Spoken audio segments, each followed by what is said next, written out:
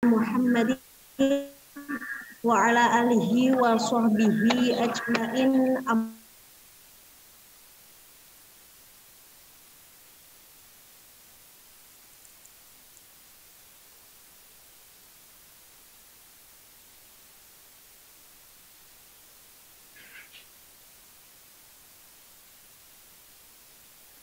Baihaqi MM, yang kami hormati Dekan Fakultas Tarbiyah dan juga Keguruan, Bapak Andrian Gandhi Wijanarko MPD. Dan juga yang kami hormati, yang kami banggakan seluruh peserta kuliah umum bersama dengan praktisi Fakultas Tarbiyah dan juga Keguruan. Puji syukur kehadirat Allah Subhanahu wa Ta'ala yang telah melimpahkan rahmat, taufik, hidayah, serta inayahnya kepada kita, sehingga kita dapat berkumpul melalui Zoom ini tanpa ada halangan suatu apapun. Allahumma sholli ala Sayyidina Muhammad. Sholawat serta salam semoga selalu tercurah limpahkan kepada Nabi besar kita, Nabi Agung Muhammad Sallallahu Alaihi Wasallam, yang kita nantikan syafaatnya di yaumul kiamah kelak. Amin Allahumma amin. Langsung saja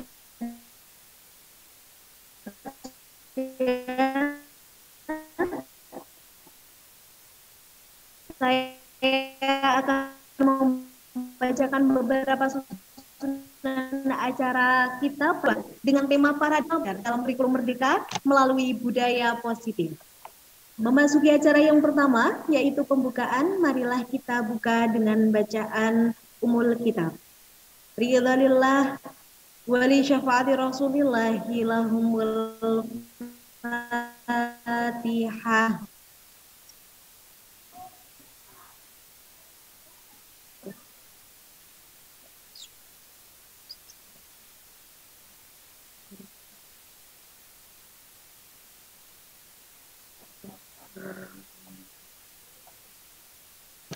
Terima kasih atas bacaan Ummul Kitabnya. Semoga dapat memperlancar acara Zoom kali ini.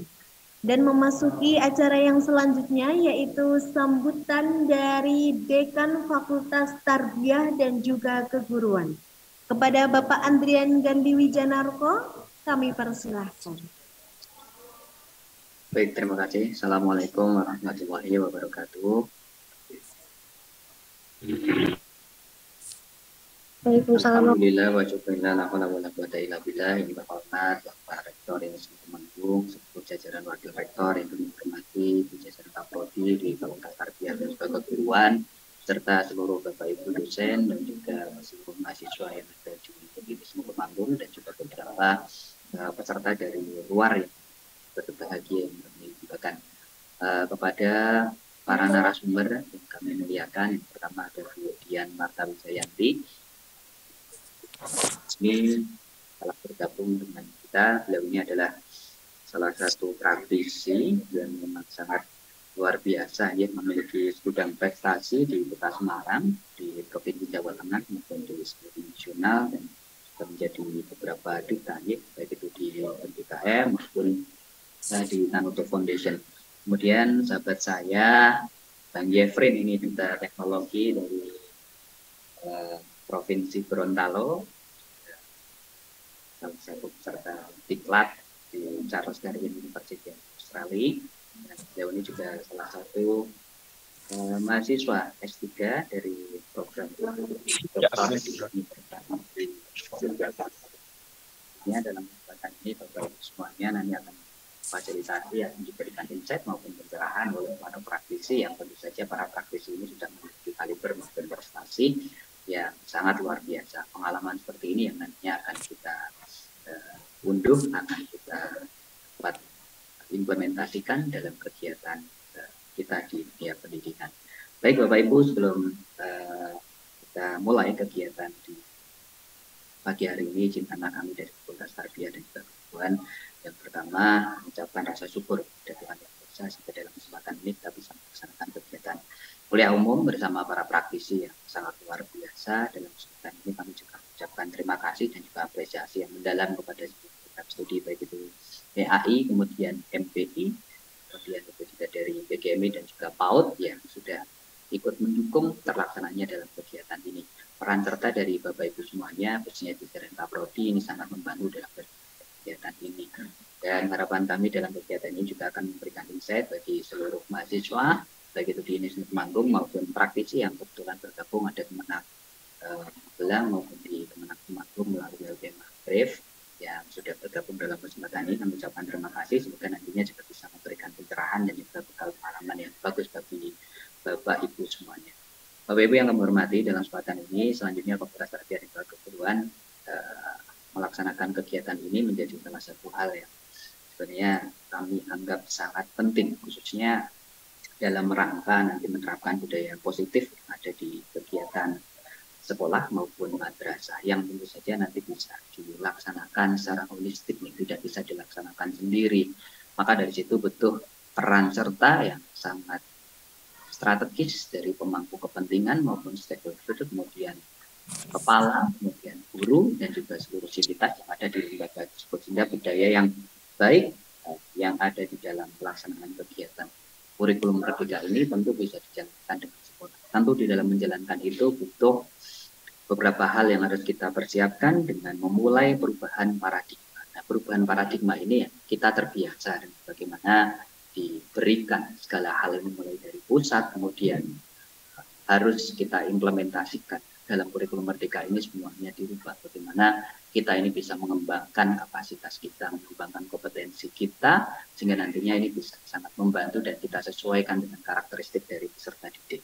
Yang selanjutnya adalah bagaimana peran ataupun interaksi paradigma dari guru dan sebagainya ini yang tentu di situ tidak sekadar sebagai seorang pendidik atau pengajar, tetapi juga sebagai manajemen atau sebagai top manager ya, yang tentu saja bisa memimpin, mengkoordinir dan juga mengelola kelas sehingga di dalam kegiatan pembelajaran ini bisa dibudayakan secara positif pada hal yang sangat baik. Yang selanjutnya adalah bagaimana teladan ya, tentu saja bisa dari paradigma ini juga bisa dilakukan oleh guru dengan hal-hal ataupun kebiasaan ataupun habituasi yang positif dengan mewujudkan bagaimana profil pelajar Pancasila. Dan yang selanjutnya adalah bagaimana kebiasaan ataupun fokus yang biasa kita lakukan di dalam pelaksanaan kegiatan pembelajaran, khususnya proses yang dilakukan di dalam kelas ini juga harus ada kesepakatan ataupun kesepahaman bersama. Nah, inilah yang tentu akan mendukung bagaimana lancar dan tidaknya proses pembelajaran yang akan dilaksanakan di kelas. Terlebih daripada itu, bagaimana terkait dengan kesadaran maupun tanggung jawab, ini juga harus dijadikan salah satu komitmen bersama di dalam pelaksanaan kegiatan di sekolah maupun di madrasah yang tentu akan menjadi budaya positif yang baik. Dari budaya positif tentu akan menjadi karakter yang benar.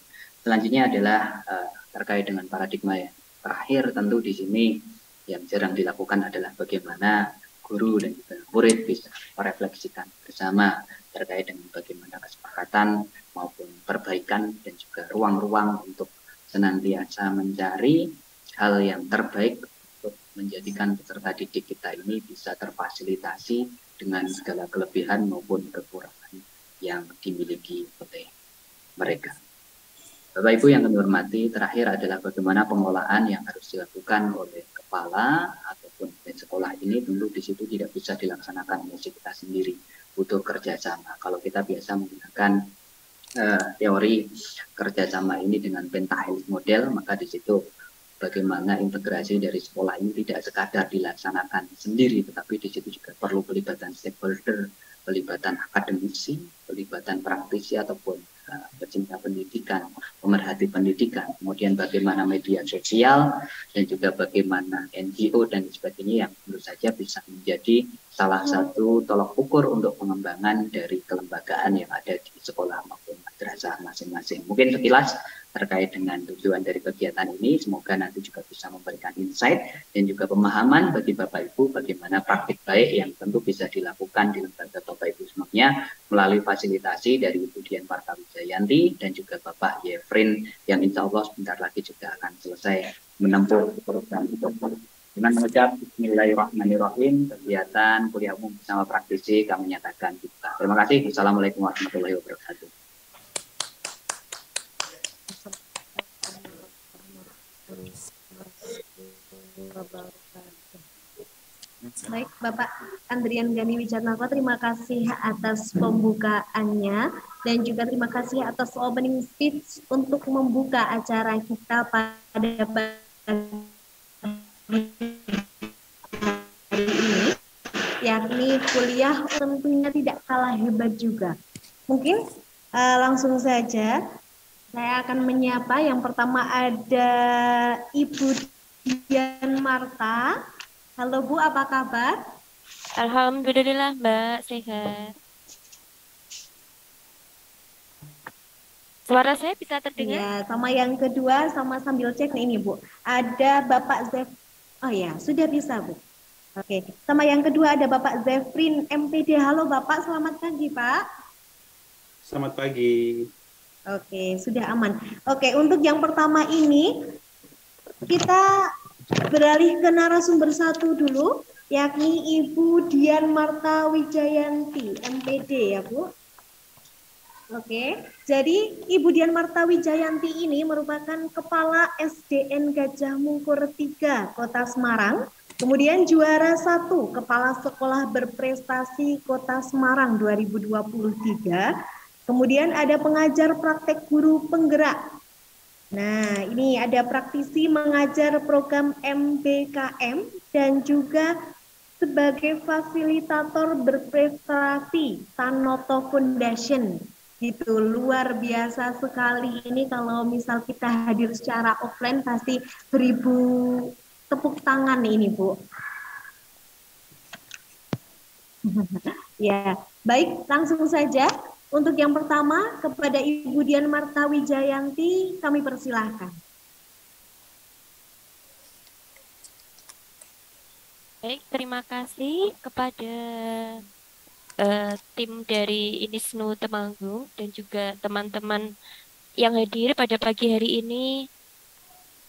Yang terhormat untuk Bapak Dekan, Pak Gandhi, yang saya hormati pula Pak Zefrin ya, yang jauh-jauh dari Gorontalo begitu. Teman-teman juga yang saya banggakan. Assalamualaikum warahmatullahi wabarakatuh. Waalaikumsalam warahmatullahi wabarakatuh. Assalamualaikum warahmatullahi wabarakatuh. Selamat pagi dan salam sejahtera bagi kita semua.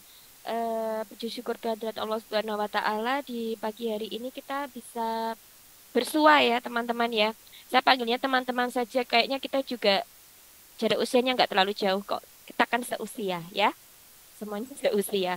Nah, di pagi hari ini saya mendapat kesempatan untuk sharing-sharing ya. Sharing-sharing dengan teman-teman khususnya untuk budaya positif begitu. Tadi sudah disampaikan Pak Gandhi bahwa dalam penerapan kurikulum Merdeka ini memang ada banyak paradigma-paradigma baru yang perlu teman-teman ketahui ya. Mungkin beberapa dari panjenengan ada yang saat ini sudah mengajar juga, meskipun belum lulus ada yang sudah entah itu di MI atau di SG, dan mau tidak mau pasti akan berhadapan dengan kurikulum yang baru ini. Bahkan kalau tidak salah beberapa sekolah juga mulai itu ya melaksanakan kurikulumnya ganda ya. Jadi ya melaksanakan kurikulum Merdeka, melaksanakan kurikulum 2013 juga. Nah, di sini nanti saya akan berbagi terkait dengan budaya positif begitu, dengan beberapa praktik baik juga yang semoga bisa menginspirasi teman-teman ketika nanti teman-teman mungkin PPL yang semester tinggi kan sebentar lagi juga PPL ya, praktik di sekolah kan, atau dalam mengimplementasikan secara langsung ketika teman-teman belajar. Baik, saya izin untuk share screen guys sebentar.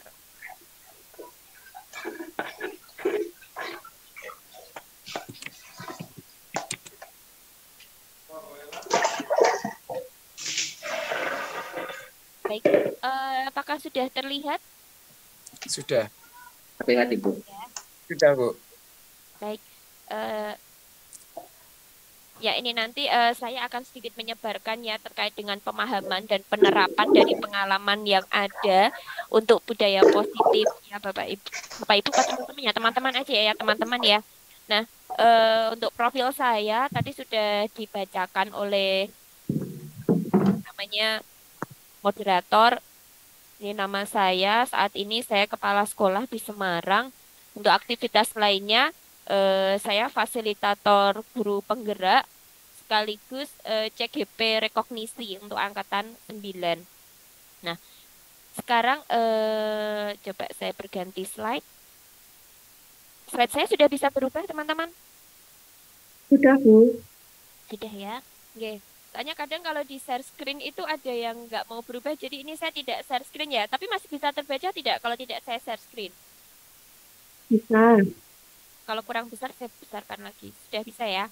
Nah, nanti akan ada beberapa hal yang kita bahas di sini terkait dengan konsep inti dari budaya positif, baik itu perubahan paradigma, ada yang namanya disiplin positif, kemudian ada nilai-nilai kebajikan, kebutuhan dasar manusia, kemudian ada motivasi perilaku, posisi kontrol, keyakinan kelas, dan yang terakhir adalah segitiga restitusi. Nah, sebenarnya ya teman-teman ya, kalau kita mau bahas kupas tuntas semuanya, ini kayaknya kalau 30 menit atau 1 jam begitu tidak akan selesai ya. Mungkin kita butuh waktu bisa sampai 2,5 jam. Tapi ini nanti saya akan menyampaikan sekilas-sekilas saja. Kalau misalnya nanti ada yang ingin disampaikan lebih lanjut, nanti bisa kita bahas lagi di sesi diskusi ya, di sesi diskusi. Baik, langsung saya mulai saja terkait dengan pembelajaran dengan paradigma baru. Nah, untuk pembelajaran dengan paradigma baru, teman-teman pasti sudah tidak asing dengan yang namanya istilah pembelajaran berdiferensiasi. Karena pembelajaran berdiferensiasi di sini sangat erat kaitannya ya dalam implementasi kurikulum merdeka. Misalnya seperti ini. Kalau dulu kita pembelajaran, misalnya di langkah-langkah pembelajaran untuk model pembelajaran, kita misalnya cukup memasukkan model PBL, PJBL, atau dengan pendekatan TPACK begitu. Tetapi di dalam kurikulum merdeka ini, kita juga diharapkan pembelajaran berdiferensiasi itu dimunculkan. Nah, pembelajaran berdiferensiasi ini tujuannya untuk apa? Tujuannya untuk memenuhi kebutuhan anak-anak kita ya. Kebutuhan anak-anak itu kan beraneka ragam ya. Macam-macam begitu. Nah, di sini eh diharapkan anak-anak itu semua kebutuhannya bisa tercukupi.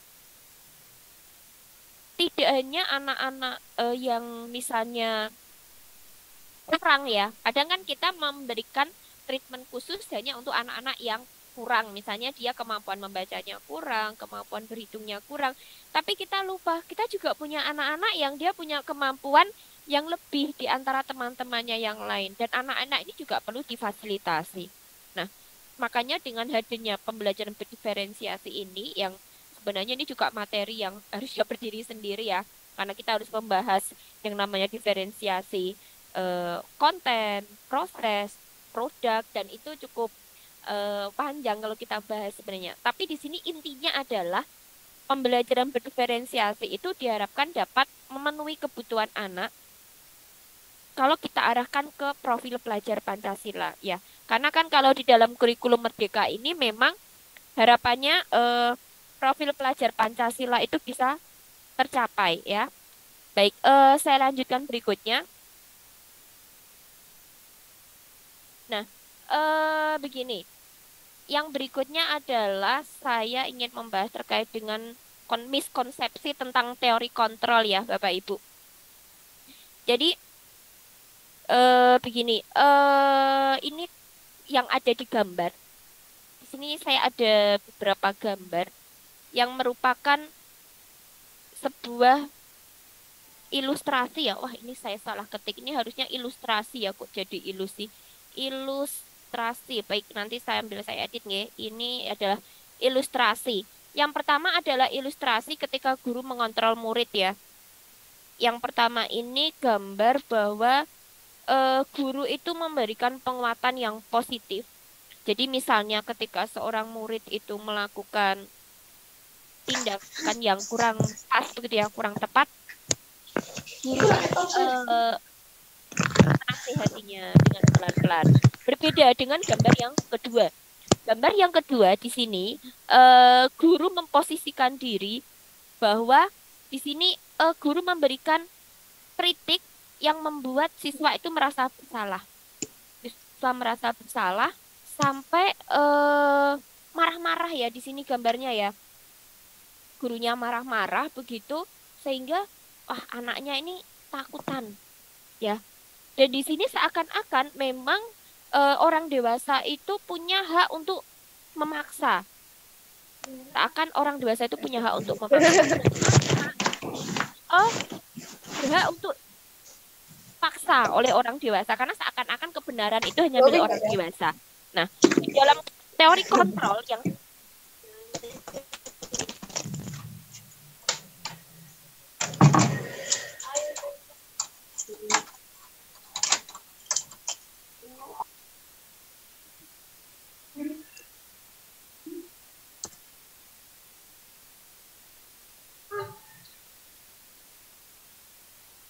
Halo, suara saya masih bisa terdengar nggak? Ya, dengar.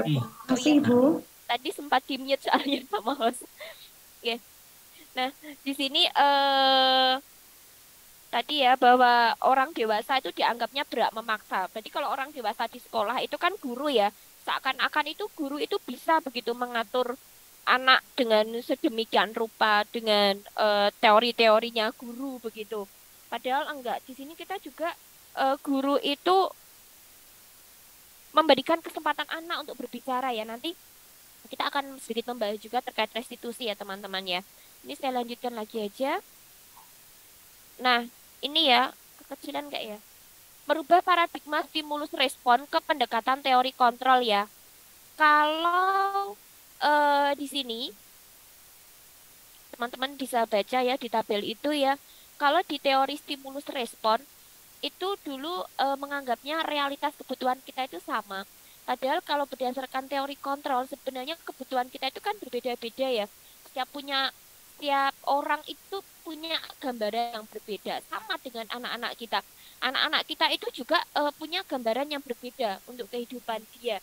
Ada anak yang merasa ketika dia menabung itu sudah menabung uang dari orang tua itu sudah baik. Tapi ada yang merasa bahwa enggak, menabung yang baik itu ya dengan kita menyisihkan uang saku kita. Nah, disinilah stimulus-stimulus respon ini akan membantu anak dalam menghadapi kehidupan dia di masa yang akan datang. Makanya di dalam kurikulum Merdeka itu kan juga erat kaitannya dengan literasi numerasi ya. Yang saya yakin juga teman-teman di sini pasti selalu membahas yang namanya literasi numerasi. Bahkan untuk teman-teman yang mungkin sudah di sekolah, pasti sudah dengar yang namanya rapot pendidikan, di mana di dalam rapot pendidikan itu literasi numerasi itu menjadi komponen yang masuk ke dalam 6 besar ya, 6 besar dari komponen utama yang juga dinilai sebagai kesuksesan sekolah itu, mutu sekolah itu sejauh mana, itu juga dilihatnya dari situ. Nah, di sini kalau pengertian disiplin itu kayaknya ndak usah ya, karena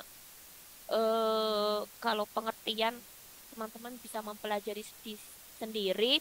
Tapi di sini yang saya garis bawahi adalah gimana sih cara kita membuat anak-anak itu sadar akan hak dan kewajibannya, tapi tanpa adanya imbalan atau reward, ancaman atau hukuman. Kalau dulu ya, kita tahu ya bahwa memberikan ancaman atau memberikan hukuman ke anak itu tidak baik. Dari dulu kita tahu itu. Tetapi ternyata kalau di dalam paradigma baru kita memberikan reward, reward itu juga sebenarnya kurang baik begitu kalau untuk anak-anak. Bukan tidak baik ya, tapi kurang baik ketika diberikannya dengan cara yang tidak pas. Misalnya begini, kita memberikan reward ke anak dalam bentuk benda begitu. Iya, kita memotivasi anak ini, tetapi motivasinya kan dalam bentuk eksternal ya, dari eksternal ya. Nah, di dalam disiplin positif ini diharapkan kita itu bisa menumbuhkan kesadaran anak, tapi bukan karena reward eksternal, melainkan dari kesadaran. Ya memang anak merasa bahwa ini kebutuhan dia. Ini kebutuhan dia dalam kehidupan dia sehari-hari. Sehingga anak itu sadar ya, anak itu sadar dengan sendirinya. Baik, saya lanjutkan. Nah, dia sadar bahwa di dalam dunia ini tuh ada nilai-nilai kebajikan ya, ada nilai-nilai kebajikan yang pastinya disepakati bersama, pastinya disepakati bersama. Kayak ini, misalnya profil pelajar Pancasila ya. Profil pelajar Pancasila itu kan juga merupakan kesepakatan bersama dan itu dianggap sebagai nilai-nilai kebajikan yang memang minimal dikuasai oleh anak, minimal dikuasai oleh anak. Baik, ini saya lanjut saja, nanti masih banyak juga dari Pak Jeffrin ya. Oke. Nah, terkait dengan kebutuhan dasar manusia, meskipun masih kecil, teman-teman pasti tahu ya bahwa anak-anak kita itu juga manusia biasa yang dia ingin kebutuhannya tercukupi. Nah, kalau dari pengertiannya kan kebutuhan manusia itu segala sesuatu yang dibutuhkan oleh manusia untuk mempertahankan keseimbangan kondisi fisiologis dan psikologis yang bertujuan untuk mempertahankan kehidupan dan kesehatan. Jadi, ini adalah kebutuhan mutlak ya, kebutuhan mutlak yang dibutuhkan anak-anak begitu.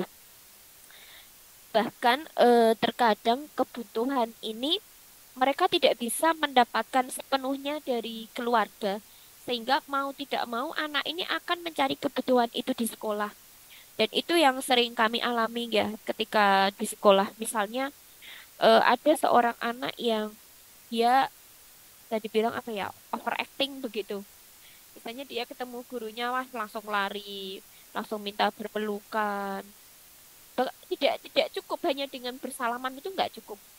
Gurunya belum turun dari motor, dia sudah mendekat, dia sudah minta dipeluk sama gurunya. Nah, itu karena apa? Itu bisa jadi karena memang anak ini sangat butuh ya. Anak ini sangat butuh untuk dikuatkan, untuk dipenuhi kebutuhan mereka. Karena kalau kita menilik dari 5 kebutuhan dasar manusia, ini menurut Dr. William Glasser ya, ada 5: penguasaan, kasih sayang dan rasa diterima, bertahan hidup, kesenangan dan kebebasan. Misalnya tadi ya, yang saya jadikan contoh tadi ya, minta tolong ya untuk peserta tidak mencoret-coret layar. Ya, terima kasih. Nah, misalnya ini tadi ya, anak ini dia kekurangan kasih sayang dari rumah. Dia kekurangan rasa bisa diterima oleh keluarga. Maka bukan tidak mungkin dia akan mencari tempat untuk memenuhi kebutuhannya ya di sekolah. Nah, tapi kadang anak itu tidak bisa mencari jalan yang bijak ya. Dia belum bisa membedakan bagaimana cara mendapatkan kasih sayang ini dengan cara yang tepat dan belum tepat. Ada yang dia mencari kasih sayang justru dengan apa namanya? Yaitu mencari kasih sayang dengan cara yang tidak pas. Misalnya dia mencari perhatian dengan membuat keusilan-keusilan tertentu, biar dia diperhatikan oleh guru, biar dia bisa diterima oleh teman-temannya. Nah, eh, ini sebenarnya PR kita sebagai orang tua di sekolah ya, menjadi PR kita orang tua yang ada di sekolah, bagaimana agar kita bisa membantu kebutuhan dasar manusia yang terletak pada anak ini. Kemudian hal-hal ini juga sebenarnya menjadi dasar kenapa kita perlu memenuhi kebutuhan anak tersebut. Ya, kalau namanya kebutuhan dasar ya anggaplah manusia pasti punya lah kebutuhan pokok, kebutuhan sekunder. Ketika kebutuhan pokok itu tidak terpenuhi kan pasti kita bingung ya, pasti kita bingung. Nah, anak-anak juga demikian, tapi dalam wujud yang berbeda saja. Misalnya kalau teman-teman, wah sudah tanggal 25, tanggal 26, aduh gajiannya masih lama ini misalnya. Pasti akan mencari alternatif ya gimana caranya agar kebutuhan untuk bertahan hidup masih bisa begitu sampai tanggal 1 misalnya. Nah, tapi kalau anak-anak kan beda ya. Kemudian kalau anak-anak kan kemungkinan bukan karena di finansial yang menjadi kebutuhan mereka, tapi di hal-hal lain kayak kasih sayang, bisa rasa untuk diterima, kesenangan, terus kemudian ada kebebasan juga. Nah, di sini eh sebentar ini coret-coretannya mungkin bisa dihapus. Tadi yang coret siapa ya? Oke. Mohon untuk tidak mencoret-coret layar ya, teman-teman ya. Nah, ini untuk motivasi perilaku ya, teman-teman ya. Eh, Ketika kita menghadapi anak-anak yang di mata kita mungkin dianggap melakukan suatu apa ya, pelanggaran atau eh, penyimpangan, terkadang itu kita tidak bisa langsung menjudgment ya, karena bisa jadi dia melakukan demikian itu bukan karena dia nakal, bukan karena dia nakal atau dia eh, seorang yang ingin cari musuh, bukan. Tapi bisa jadi dia itu ingin diterima keberadaannya. Nah, kalau dilihat dari motivasi perilaku manusia, di sini saya tuliskan ada 3 ya. Yang pertama untuk menghindari ketidaknyamanan atau hukuman. Yang kedua untuk mendapatkan imbalan atau penghargaan dari orang lain. Dan yang ketiga adalah untuk menjadi orang yang mereka inginkan dan menghargai diri sendiri dengan nilai-nilai yang mereka percaya. Misalnya begini, biasanya kita sebagai guru lah, mungkin tidak ke anak, kita ke sebagai diri kita saja, sebagai diri kita saja sebagai guru. Kita datang tepat waktu di sekolah misalnya kalau di tempat saya kan presensi itu paling siang kan 7:30. Nah, seorang guru datang 10 menit sebelum 7:30, berarti misalnya pukul 7:20 ya. Itu motifnya kan beda-beda ya. Ada yang mungkin pertama menghindari ketidaknyamanan atau menghindari hukuman misalnya. Kemudian ada juga yang dia datang sebelum jam tugas karena ingin mendapatkan penghargaan dari orang lain, misalnya mendapat pujian, wah guru saya yang ini loh, tertib sekali, rajin sekali gitu. Atau memang yang ketiga, dia datang tepat waktu, itu memang karena itu suatu kesadaran dari diri dia sebagai tanggung jawab dia sebagai guru bahwa dia ingin menjadi teladan bagi siswa-siswinya. Jadi di sini memang motif kita dalam melakukan sesuatu itu variatif ya teman-teman ya.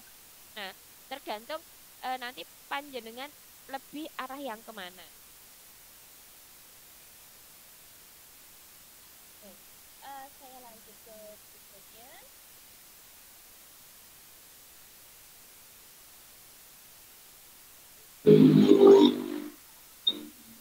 Sudah terlihat ya.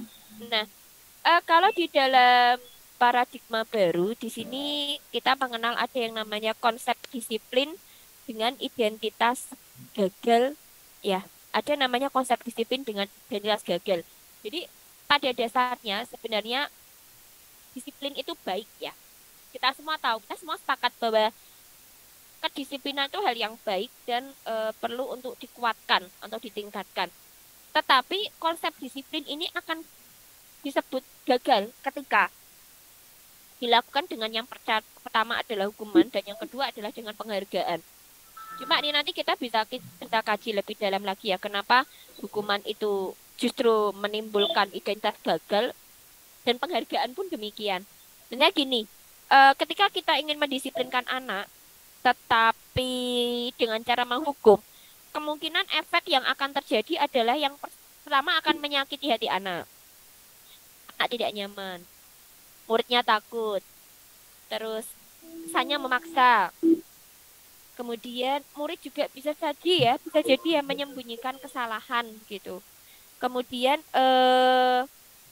berikutnya adalah murid menjadi rendah diri. Nah, ini sangat dikhawatirkan ini.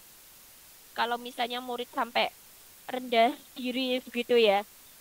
Karena apa? Kasihan begitu. Nanti secara moral kan dia akan terganggu di sini. Kemudian penghargaan juga kurang efektif karena dia itu bisa menimbulkan sifat iri ya dengan temannya ya. Nanti temannya bisa iri dengan keberhasilan yang diperoleh, sedangkan dia misalnya kemudian juga mematikan kreativitas. Anak yang mendapat penghargaan itu ada dua kemungkinan. Dia akan semakin termotivasi atau justru karena dia merasa sudah hebat di kelas, nah dia jadi semakin aku kan sudah hebat, berarti aku nggak perlu meningkatkan kapasitasku di bagian ini, misalnya kayak gitu. Kemudian penghargaan menghukum dengan sistem ranking itu juga dari pemerintah sendiri juga itu ya sudah menyampaikan bahwa sekarang tidak ada ranking-rankingan lagi. Dan yang terakhir adalah merampas hak menghargai diri ya ini. Ini juga dampak dari konsep disiplin dengan identitas gagal kalau kita peroleh dari penghargaan. Nah, berbeda kalau konsep disiplin dengan identitas sukses ya. Itu dengan konsekuensi dan restitusi. Di sini saya langsung saja ke bagian restitusi. Restitusi itu seperti apa sih? Restitusi itu mengembalikan kondisi anak dalam kondisi yang stabil untuk dia itu paham, dia sadar sendiri dengan apa yang menjadi kesalahan dia. Jadi misalnya begini, ini ya, menciptakan kondisi bagi murid untuk memperbaiki kesalahan mereka, sehingga mereka bisa kembali pada kelompok mereka dengan karakter yang lebih kuat. Nah, ini yang saya contohkan. Misalnya ini saya punya murid yang dia itu suka mengejek temannya, dia suka manggil temannya, tapi dengan nama orang tua. Oh, misalnya bapaknya namanya Bambang misalnya. Ya di kelas anak ini dipanggil Bambang gitu. Nah, ini kan nggak baik ya. Maksudnya kan nggak seharusnya begitu. Nah, di sini caranya adalah kita tanya, kita kembalikan apa benar dia melakukan itu. Dia tahu nggak itu hal yang salah gitu. Jangan-jangan anak ini nggak tahu kalau yang dilakukan itu salah. Jadi kita validasi ya, kita validasi dulu. Oh, ternyata dia tahu kalau itu salah. Kalau dia tahu kalau itu salah, kira-kira apa namanya? Pasti yang harus dilakukan biar kembali begitu, biar tidak salah. Nah, itu caranya juga kita kembalikan ke anak. Oh, dengan minta maaf, dengan tidak mengulanginya lagi. Jadi bukan kita yang mencarikan solusi, tapi biarkan anak ini tahu kesalahannya dan dia mencari solusi sendiri untuk memperbaiki kesalahan dia. Ini yang saya sebut tadi sebagai sebuah restitusi ya. Dan restitusi ini seharusnya bisa dilakukan oleh guru kelas. Jadi tidak harus guru bimbingan konseling atau kepala sekolah, tapi guru kelas pun bisa melakukannya. Karena guru kelas itu kan yang lebih tahu ya terkait dengan karakteristik masing-masing dari peserta didiknya. Nah, ini adalah 5 posisi kontrol restitusi ya. Ini kita sebagai guru itu bisa dalam bentuk. Ini ada 5 posisi kontrol yang tadi ya. Kalau yang atas penghukum, kemudian pembuat rasa bersalah, kemudian di sini ini ya, yang penghukum sama pembuat rasa bersalah, kemudian sebagai teman, ini lebih arahnya ke posisi kontrol yang disiplin gagal tadi ya, yang identitas gagal ya. Tapi kalau yang pemantau dan manajer ini lebih ke yang berhasil begitu, yang identitas yang berhasil. Oh maaf, ini yang penghukum, pembuat rasa bersalah dan pemantau itu yang pertama tadi. Kemudian yang manajer dan yang teman itu yang kedua. Nah, di sini saya lanjut. Nah, ini ya. Ini contoh penerapannya untuk 5 posisi kontrol. Misalnya ada kasus siswa tidak memakai atribut lengkap saat upacara bendera. Guru kan bisa ya bertanya ya. Guru bertanya. Kalau misalnya guru menempatkan diri sebagai penghukum, guru akan bertanya, patuhi aturan sekolah lalu berdiri di depan barisan. Wah, ini kan itu ya. Galak ya, gurunya galak sekali. Ini nggak enak nih kalau didengar. Kalau sebagai pemantau, kamu sudah melanggar apa peraturan dan konsekuensinya. Jadi ditanya lebih enak, anak juga lebih nyaman. Kemudian kalau teman, ayolah yang tertib, buat Bu Guru bangga. Kali ini tidak apa-apa kamu salah. Jadi ini juga lebih enak juga daripada penghukum ya. Kalau pembuat rasa bersalah ini kayak nyindir gitu ya. Berapa kali Bu Guru harus memberitahu kamu? Bu Guru kecewa sama kamu, misalnya begitu. Nah, kalau manajer, apakah kamu tahu kesalahanmu?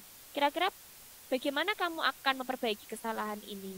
Nah, jadi restitusi ya, restitusi yang diharapkan yang salah satunya seperti manajer ini. Jadi kita tanya, anak ini tahu nggak salah? Kemudian kalau tahu salah, cara memperbaikinya bagaimana? Oke, saya lanjut terkait dengan ini.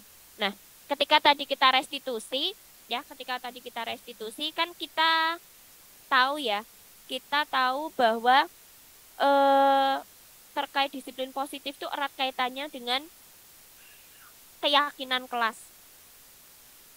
Nah, mengapa sih kita pakainya keyakinan kelas? Kenapa tidak peraturan kelas saja begitu? Karena kalau keyakinan kelas itu eh, dari mereka untuk mereka. Beda kalau peraturan. Kalau peraturan itu yang membuat misalnya sekolah atau guru yang kemudian diterapkan ke anak-anak.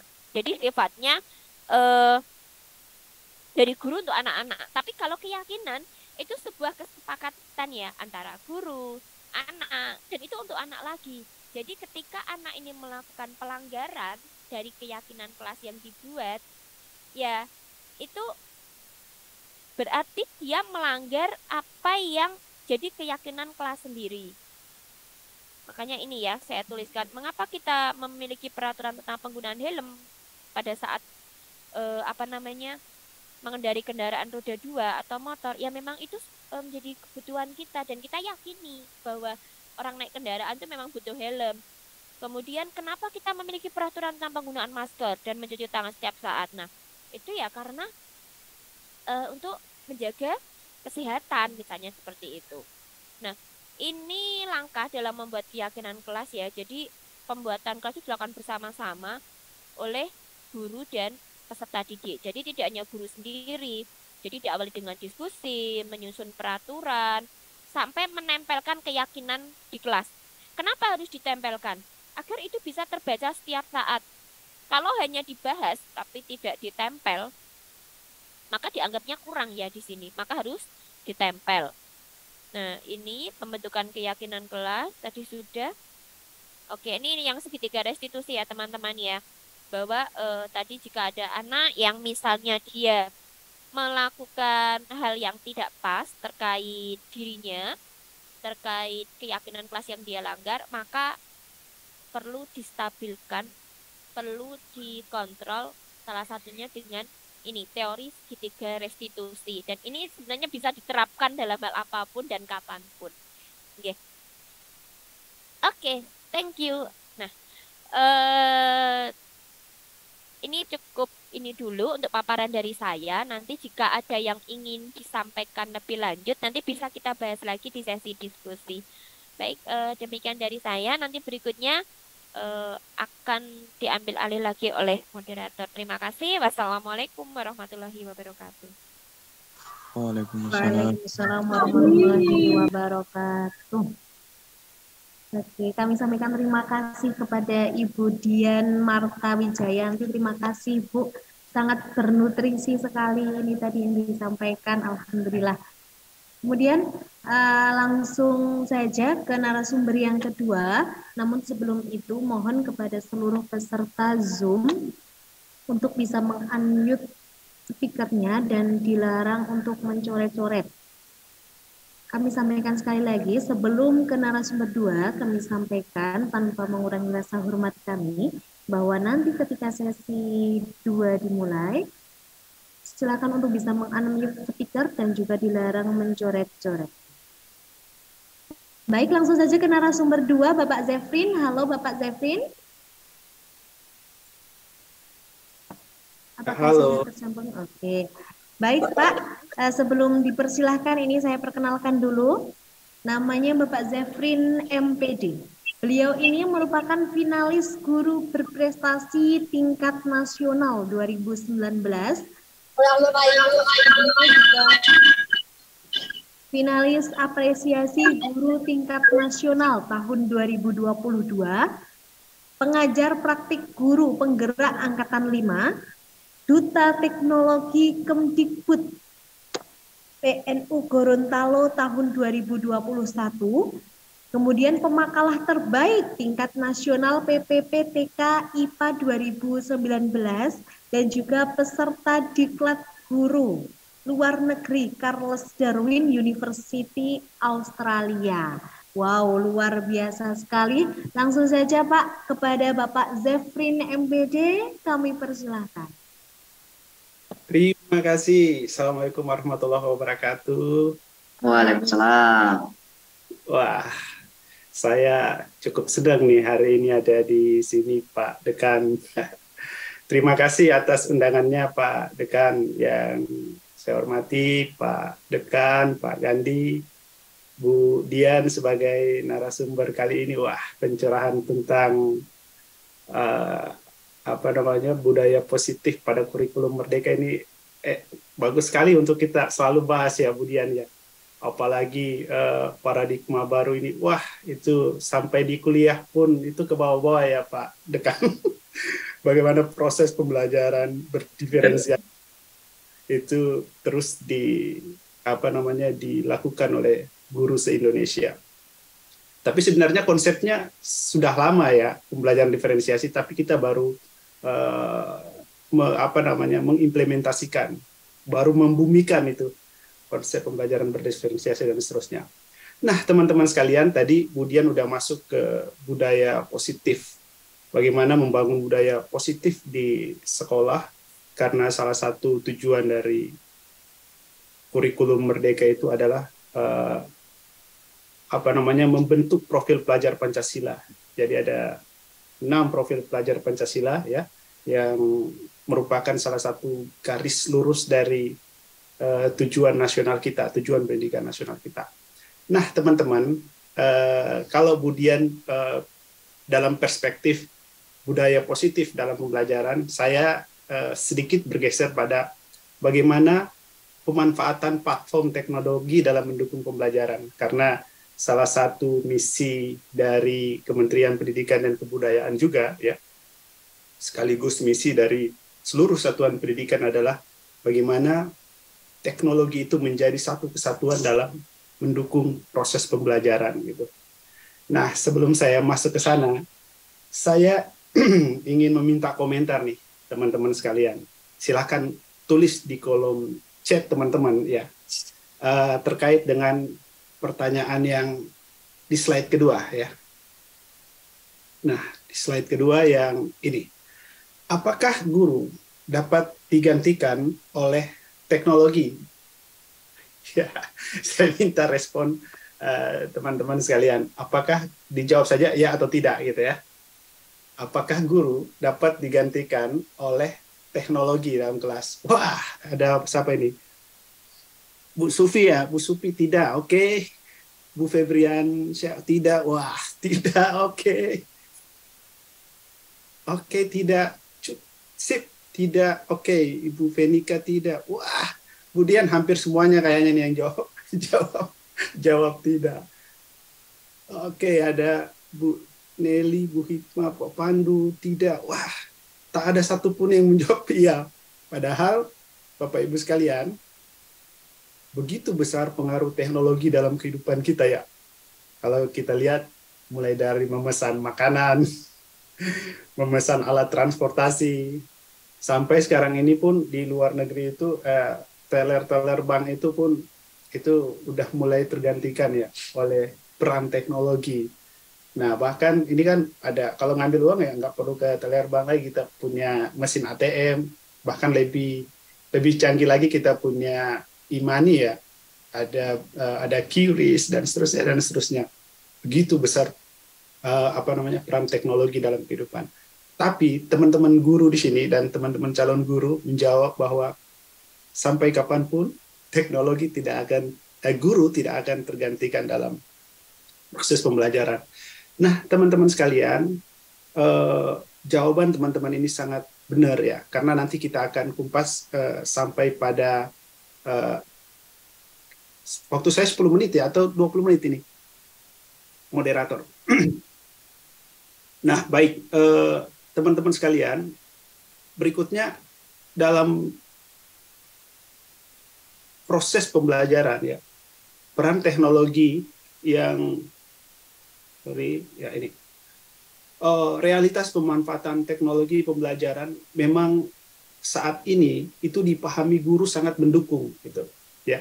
Jadi kalau ditanya apakah pemanfaatan teknologi itu mendukung pembelajaran, saya tidak perlu tanya respon teman-teman di sini, pasti jawabannya iya semua gitu ya. Apakah peran teknologi itu mendukung pelajaran, pasti jawabannya iya. Tapi sebagian besar guru itu belum menggunakannya. Nah, nanti kita coba cek apa penyebabnya. Nah, teman-teman sekalian, saya ingin kita untuk coba memahami gitu. Sebenarnya bagaimana sih pemanfaatan teknologi yang benar dalam proses pembelajaran? Apakah dia berdiri sendiri sebagai tools atau dia terintegrasi dengan pedagogi atau strategi mengajar, atau strategi mengajar terpisah sama tools yang kita akan gunakan. Nah, ini sangat penting. Maka salah satu peran penting dalam pengintegrasian teknologi ialah dengan menggunakan teknologi pedagogical and content knowledge. Sebenarnya ini salah satu bisa dikatakan strategi, bisa dikatakan pendekatan ya dalam sebuah proses pembelajaran. Karena ini mengintegrasikan suatu cara untuk mengatur berbagai domain pengetahuan yang harus dikembangkan dan diintegrasikan oleh guru untuk mengajar secara efektif di abad 21. Nah, ini menurut Milman, kalau teman-teman punya bukunya namanya Model of Teaching ya, bahwa peran teknologi di abad 21 atau peran TPACK itu sangat penting gitu. Makanya saya sering berdiskusi dengan teman-teman PPG gitu. Dan pernah menjadi guru pamong gitu dengan teman-teman PPG, selalu menempatkan TPACK dalam modul ajar atau RPP. Setelah di cross check ternyata TPACK-nya menggunakan PowerPoint, menggunakan LCD dan seterusnya. Nah, sekarang kita coba mendeskripsikan sebenarnya teknologi pedagogical and content knowledge itu sebenarnya seperti apa. Apakah dengan memanfaatkan LCD itu sudah disebut TPACK gitu? Apakah dengan menggunakan PowerPoint itu sudah TPACK dan seterusnya? Padahal TPACK menurut Milman untuk memberikan proses pembelajaran yang efektif dan menyenangkan di abad 21. Nah, TPACK sebenarnya itu dimulai dari Sulman ya di abad 20, yang diyakini oleh Sulman bahwa ada dua variabel yang sangat mempengaruhi proses pembelajaran ya, atau guru bisa sukses jika pembelajaran itu bisa berlangsung dengan baik. Yang pertama adalah content knowledge-nya, kemudian yang kedua adalah pedagogical knowledge-nya. Jadi dua variabel ini sangat mendukung dalam pembelajaran. Maka kalau kita flashback ke belakang, kita itu punya kompetensi yang namanya kompetensi profesional gitu. Jadi guru itu harus punya kompetensi profesional. Dia harus memahami konten materi yang diajarkan, bagaimana aspek pengetahuannya, bagaimana aspek sikapnya, dan bagaimana aspek keterampilan dari konten yang akan diajarkan gitu. Jadi itu content knowledge-nya. Jadi dia profesional dalam menyampaikan materi matematika, dia profesional dalam menyampaikan dan memahami materi IPA, IPAS ya. Dia profesional dalam memahami dan mengimplementasikan materi bahasa Indonesia dan seterusnya. Jadi tidak hanya di konten menurut Sulman, tapi harus juga ada pedagogical ya. Jadi bagaimana strategi yang baik, sehingga Sulman menyampaikan bahwa dalam kerangka kedua domain tersebut ya, maka irisannya adalah harus terintegrasi antara pedagogical content menjadi pedagogical content knowledge ya, jadi terintegrasi dalam satu kesatuan. Tapi teman-teman sekalian, seiring berkembangnya ilmu pengetahuan, Dijkstra dan Kohler, jadi ini adalah dua orang guru ya yang mempublikasikan ya suatu pandangan terkait dengan pemanfaatan ya. Jadi mempublikasikan suatu pandangan yang diperluas tentang kategori pengetahuan ya, jadi knowledge, guru yang memasukkan teknologi sebagai domainnya. Jadi di buku Pilman ini bahwa Mishra dan Kohler di abad 21 sangat penting menjadikan peran teknologi itu menjadi satu kesatuan gitu. Sehingga karena perkembangan teknologi yang begitu pesat ya di era sekarang, maka salah satu variabel yakni teknologi ini digabung menjadi teknologi pedagogical content knowledge. Nah, disinilah di tahun 2008 mengapa itu kemudian menjadi TPACK itu. Kalau kita lihat ini adalah keterkaitan antara teknologi knowledge-nya, kemudian ada content knowledge-nya, kemudian ada pedagogical knowledge-nya ya. Nah, teman-teman sekalian, ini merupakan atau 3 variabel ini tidak bisa dipisahkan dalam proses pembelajaran ketika kita menggunakan teknologi tertentu. Karena 3 domain ini saling mempengaruhi dan saling menjadi satu kesatuan gitu. Coba kita lihat. Yang pertama, pedagogical knowledge. Jadi, pedagogi mengacu pada pengetahuan khusus yang diperlukan untuk pengajaran yang efektif seperti pemahaman, proses perencanaan pembelajaran, pengetahuan tentang manajemen kelas, penggunaan waktu pembelajaran, teori pembelajaran, dan perkembangan psikologi fisik dan psikososial siswa. Nah, ini yang disebut dengan pedagogi knowledge ya. Makanya dalam kurikulum Merdeka itu kita harus memahami karakteristik siswa gitu. Sehingga dalam menerapkan model, strategi ya dan seterusnya itu kita memahami karakter mereka. Dalam kurikulum Merdeka untuk memahami karakteristik siswa dan seterusnya kita melakukan sebuah asesmen pendahuluan atau asesmen diagnostik gitu. Jadi melihat apa karakteristiknya, kemudian apa gaya belajarnya dan seterusnya. Maka dilakukan asesmen diagnostik dengan melihat 2 hal ya. Pertama adalah bagaimana kemampuan kognitifnya dan bagaimana kemampuan non kognitifnya terkait dengan gaya belajar. Nah, strategi-strategi belajar yang dalam proses pembelajaran itu perlu dipahami oleh guru. Selanjutnya content knowledge. Seperti saya sampaikan tadi, teman-teman. Content knowledge ini mengacu pada pengetahuan yang harus dimiliki guru untuk mengajar secara efektif dalam bidang atau konten tertentu seperti sains, ilmu sosial atau musik gitu. Menurut Shulman ya, content knowledge mencakup pengetahuan tentang fakta ya, tentang konsep, teori, prosedur ya, dan seterusnya.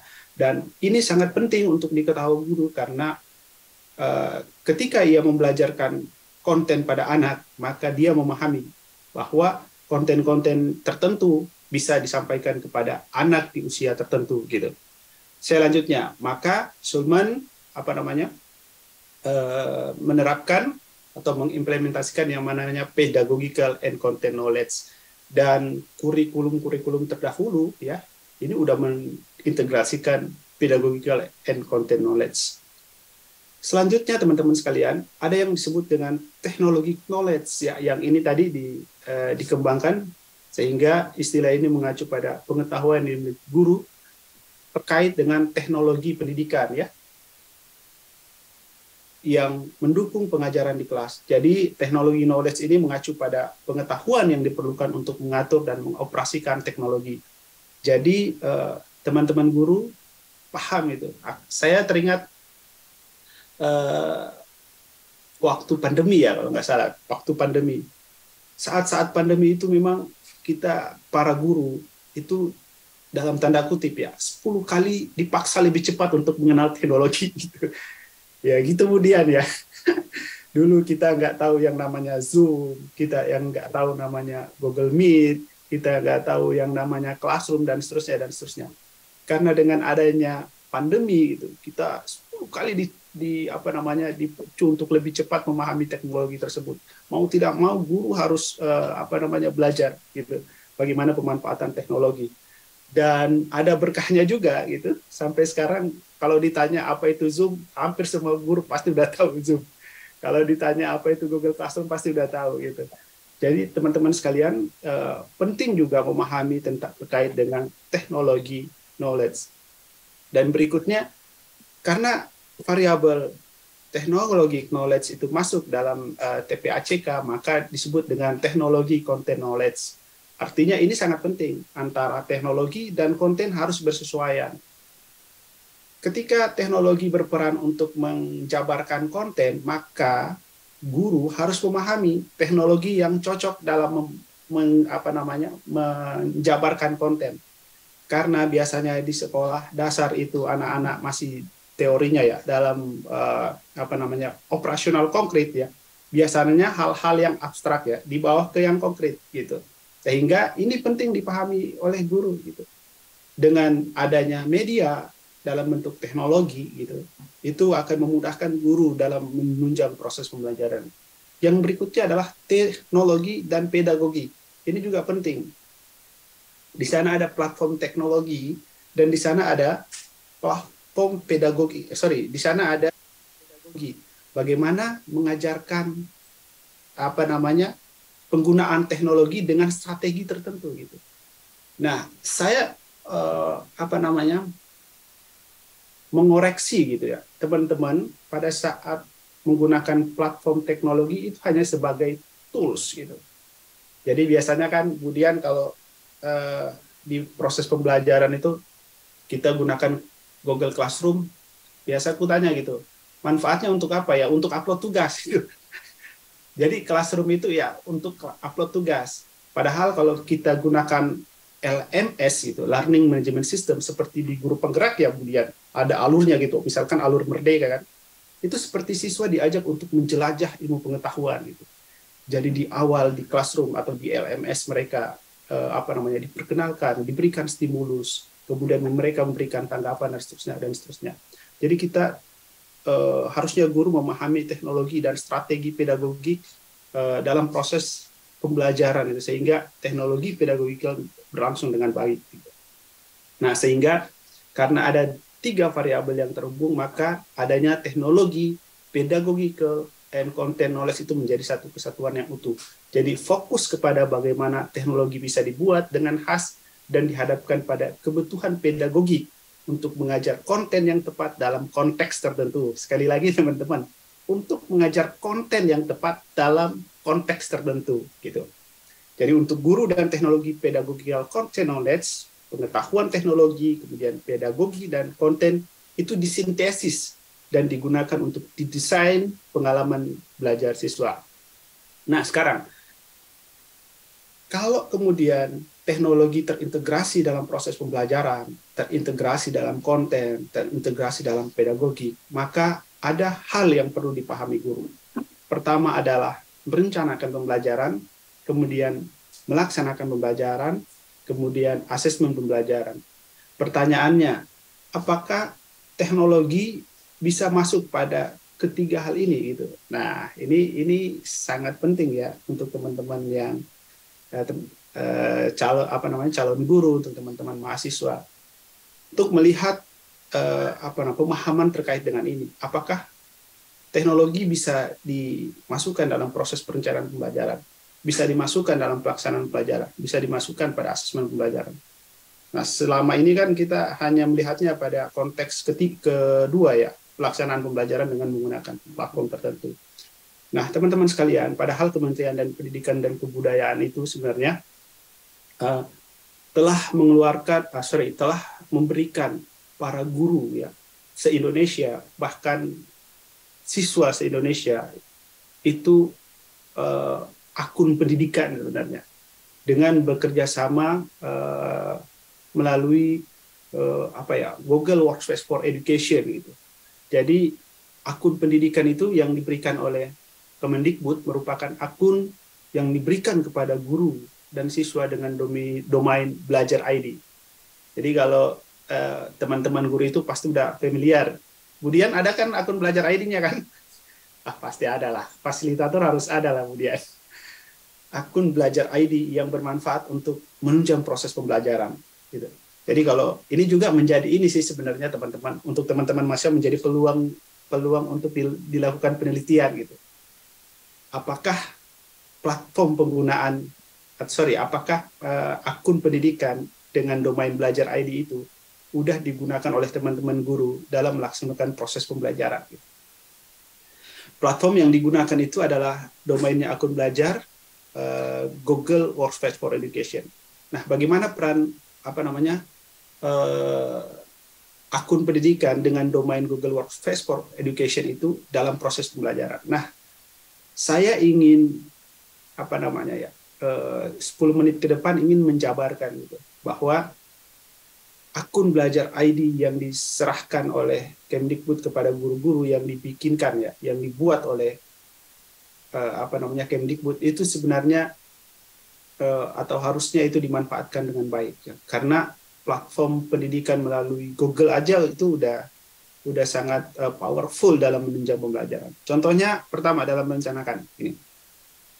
Nah, perencanaan pembelajaran itu bisa kita gunakan beberapa platform, Bapak Ibu. Yang pertama adalah kita bisa menggunakan Drive.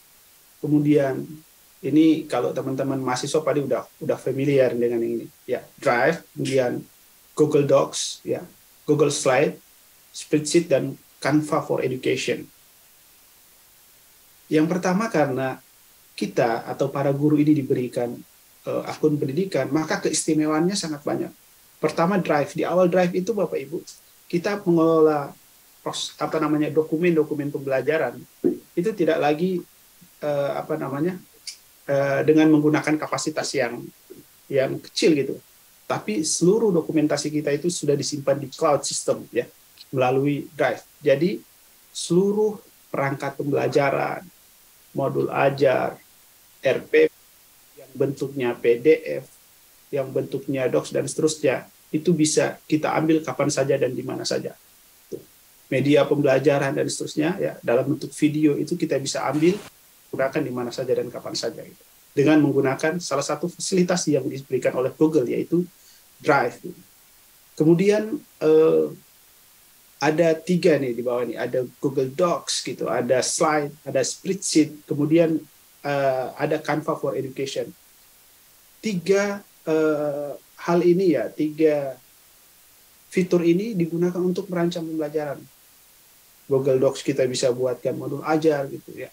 Google Slide kita juga bisa buatkan modul project ya. Spreadsheet kita bisa buatkan tabel dan seterusnya.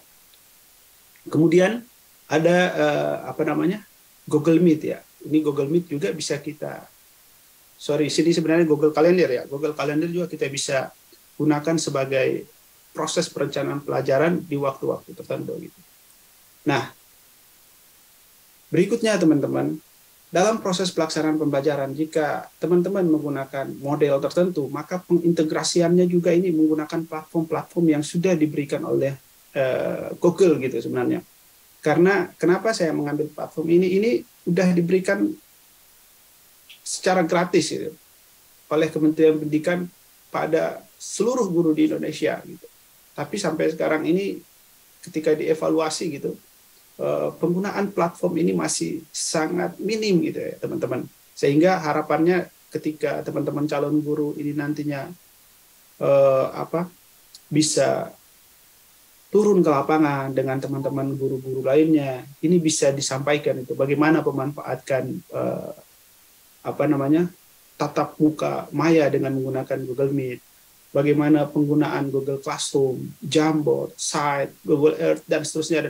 Masih banyak platform lainnya. Misalkan gini, kalau kita ingin menggunakan Google Meet, jadi ruang kelas kita tidak hanya terbatas pada 4 dinding ya, kanan kiri depan belakang.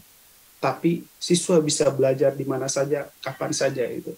Kemudian kalau kita memanfaatkan Google Classroom ya, kita ingin ada sebuah learning management system gitu yang bisa mengakomodir ya proses belajar siswa di rumah ya, sehingga mereka bisa kalau mereka sering menggunakan handphone teman-teman ya, menggunakan handphone mereka bisa ngecek video yang diberikan oleh gurunya memberikan stimulus, mereka sambil santai buka-buka pesan dari gurunya, tapi semuanya dikemas dalam proses pembelajaran yang menarik gitu dengan menggunakan Google Classroom. Begitu juga dengan menggunakan Jamboard ya. Guru bisa bisa meminta siswa untuk memberikan respon positif gitu. Misalkan kayak tadi, apakah Anda setuju dengan A? Apakah Anda setuju dengan B? Bagaimana A dan B jika digabungkan itu? Jadi ada siswa yang ketika ditanya oleh guru secara langsung, dia tidak bisa mengungkapkan ide dan gagasannya. Tapi ketika dituliskan dengan media tertentu, dia bisa mengungkapkan ide dan gagasan tersebut dengan baik dan sistematis. Jadi ada karakteristik siswa seperti itu, Bapak Ibu. Sehingga penggunaan media seperti platform teknologi Jamboard dan seterusnya itu sangat penting ya dalam pelaksanaan pembelajaran. Gitu. Kemudian ada Google Sites. Jadi kalau kita bahas satu persatu sebenarnya, karena ini hanya pengenalan platform Bapak Ibu, nah saya akan kenalkan saja ya. Sebenarnya kalau kita bahas satu persatu bagaimana penggunaannya ini sangat menarik gitu. Misalkan Google Sites gitu. Kita membuat website sendiri gitu yang substansi websitenya itu seluruh isi bahan ajar Bapak Ibu ya. Jadi Bapak Ibu sudah teman-teman sekalian punya website yang isinya bahan ajar IPA, kemudian matematika. Ketika proses pembelajaran dimulai, maka Google Site masing-masing guru itu yang diperlihatkan. Siswa tidak buka lagi sumber belajar yang lain di platform itu, tapi guru udah menyediakan itu. Maka Google Site menjadi salah satu ruang bagi Bapak Ibu guru untuk menjadikan itu sebagai sumber belajar siswa. Begitu juga dengan Google Earth gitu. Kita mengajar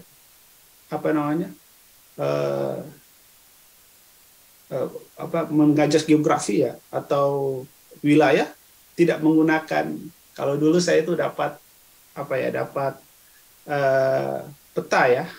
Peta itu biasa kalau dipajang di papan itu bentuknya seperti besarnya sudah hampir sama dengan papan gitu.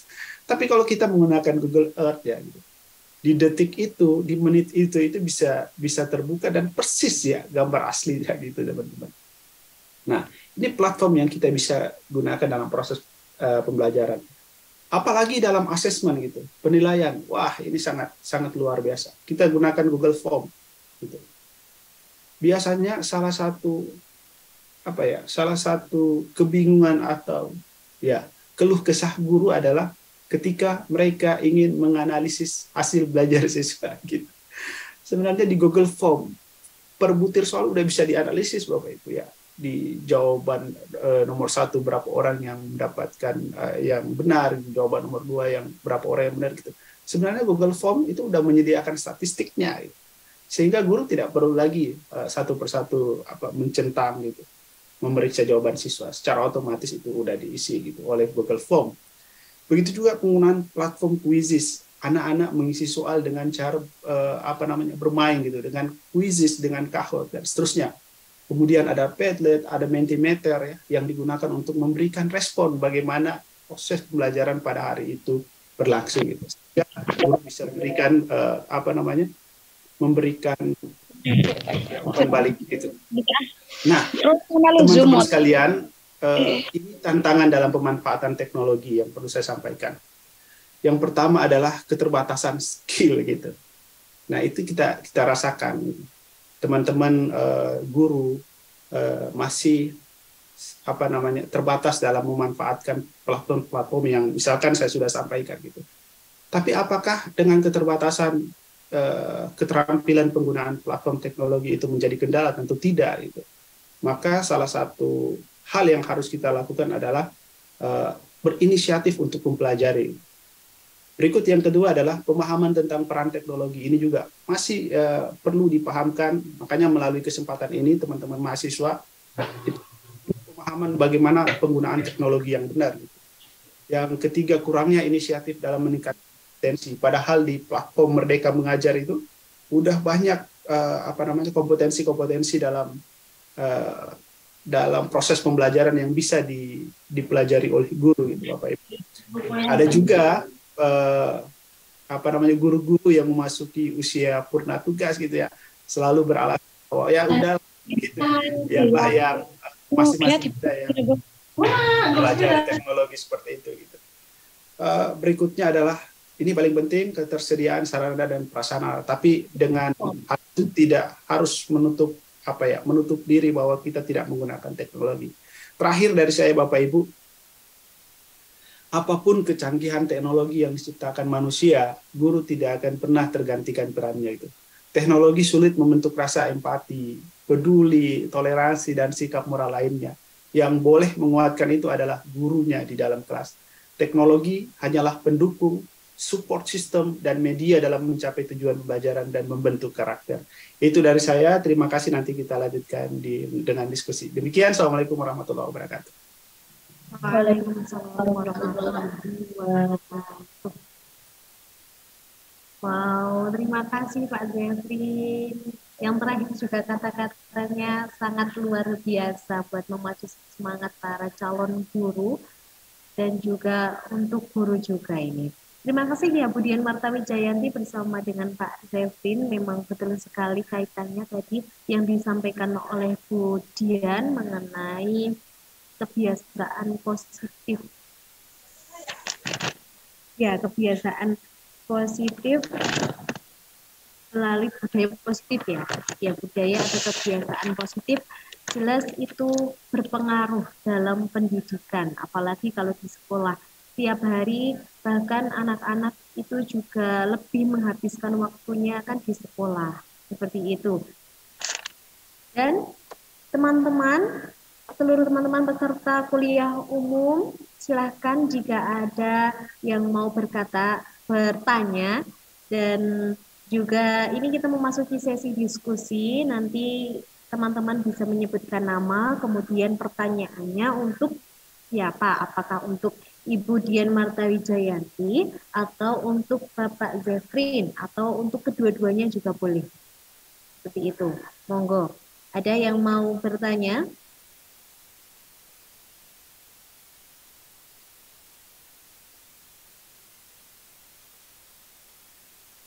Silakan untuk di-mute dulu dan ajukan pertanyaannya. Sambil menunggu, saya informasikan kepada seluruh peserta kuliah umum bersama dengan praktisi Fakultas Tarbiyah dan juga Keguruan. Tadi ada banyak sekali yang tanya bahwa untuk absennya melalui apa. Nanti absen melalui link beserta dengan e-sertifikat yang akan dibagikan nanti di sesi akhir acara. Jadi absennya nanti, silakan. Ada yang mau bertanya?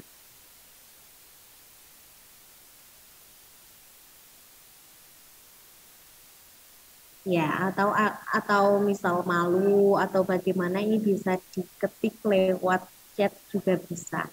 Nanti akan saya bacakan dan juga akan dijawab oleh narasumber kita dari Bapak praktisi dan juga Ibu praktisi yang luar biasa telah menemani kita dari pagi sampai menjelang siang ini. Pokoknya hari ini full nutrisi buat mahasiswa semuanya, Ibu, Bapak. Terima kasih sekali.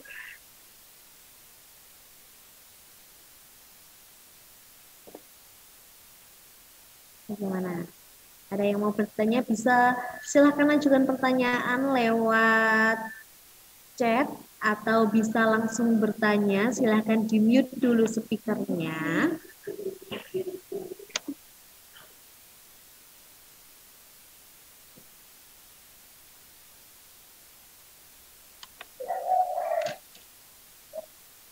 Kalau belum ada, akan saya awali ini. Apakah boleh? Mohon izin ini kalau saya bertanya, apakah boleh Ibu, Bapak? Boleh lah, moderator kan juga peserta. Ah, iya. Terima kasih. Nah, jadi pertanyaannya kali ini Pak, awalan pertanyaannya untuk Ibu Dian dan juga Bapak Zefri. Nah, kebetulan saya sekarang juga sama bantu-bantu Pak di salah satu instansi di daerah Tembara di BK. Nah, kalau mengenai perspektif untuk budaya positif, kalau cuma misalkan besok itu kalau cuma saya yang berperspektif dengan apa yang Ibu sampaikan tadi sama Pak Zefrin tadi, kan tidak bisa, karena satu lembaga, satu instansi itu harus satu perspektif dulu sebelum memulai kebiasaan-kebiasaan baik dan juga menjalankan apa yang sedang digaungkan hari ini, yaitu kurikulum merdeka. Lantas bagaimana? Kalau misal saya yang masih kecil, misal di lembaga saya itu tergolong masih muda gitu, Bu. Tidak mungkin ini saya melampaui non sewu, maksudnya yang senior-senior di atas saya. Keberatannya di seperti itu. Kalau kebiasaan itu kok hanya dimulai dari saya, sepertinya sedikit keberatan gitu, Bu. Bagaimana ini?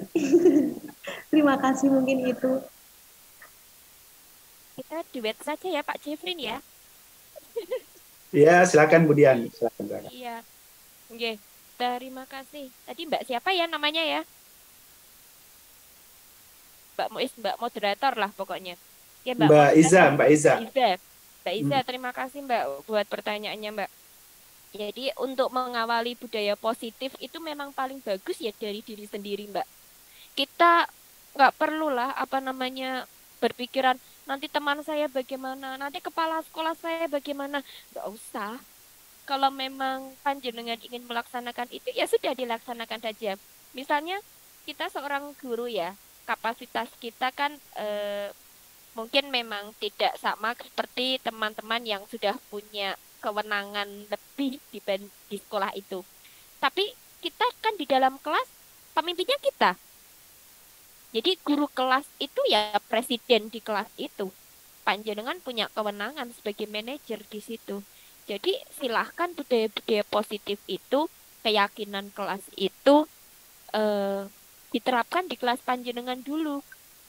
Nah, siapa tahu yang diawali dari kelas panjenengan kemudian berdampak positif, itu akan menginspirasi tetangga sebelah. Maksudnya kelas sebelah ya, tetangga sebelah itu. Akan menginspirasi teman-teman yang lain. Oh iya ya, kelas Mbak Iza diajar dengan cara seperti ini. Iya, sekarang muridnya tertib-tertib. Oh iya, anaknya bisa menikmati pembelajaran dengan baik. Anaknya juga jadi santun-santun, misalnya seperti itu. Kemudian terkait nanti apakah budaya positif yang Mbak Iza laksanakan di kelas itu mau diterima orang lain atau tidak, itu tidak perlu dipikirkan dulu. Tapi yang jelas kita percaya saja segala sesuatu yang positif itu pasti akan berdampak positif dan masalah penularan itu biarkan angin yang membawanya, Mbak. Biarkan terbawa angin sendiri. Karena kalau di kurikulum Merdeka ya, kita di guru penggerak juga ya Pak ya, ada yang namanya komunitas praktisi ya Pak ya. Dan saya kurang tahu untuk komunitas praktisi benar sudah dihidupkan juga atau hanya sekadar program yang saya ketika momennya tempat saya kami punya yang namanya komunitas belajar dalam sekolah. Jadi komunitas belajar dalam sekolah itu memang wadah untuk belajar ya. Komunitas belajar dalam sekolah itu wadah untuk belajar untuk satu sekolah dan di situ kita belajar bareng-bareng, kita saling berbagi. Ya, memang sih Mbak, kalau misalnya kita kapasitas sebagai guru kadang juga ewoh gitu ya, apalagi yang senior ya Mbak ya. Jenengan yang guru ewoh sama teman yang senior. Mbak, saya kepala sekolah Mbak, guru-guru saya banyak yang lebih senior Mbak daripada saya. Itu juga kadang sok ewoh pakewoh juga Mbak, bukan sok ya, sering ya Mbak, sering ewoh pakewoh juga. Tetapi kan kita harus bisa menempatkan diri kapan kita bekerja sebagai seorang yang profesional, kapan juga kita menempatkan ewoh pakewoh itu. Jadi kita tempatkan pada porsinya masing-masing di sini. Jadi kalau misalnya panjenengan punya ide misalnya, silahkan dikomunikasikan dengan kepala sekolah karena di sekolah itu kan kewenangan tertinggi ada di kepala sekolah. Siapa tahu ada respon positif dari pimpinan yang kemudian justru di sini panjenengan sebagai pionirnya di sekolah itu.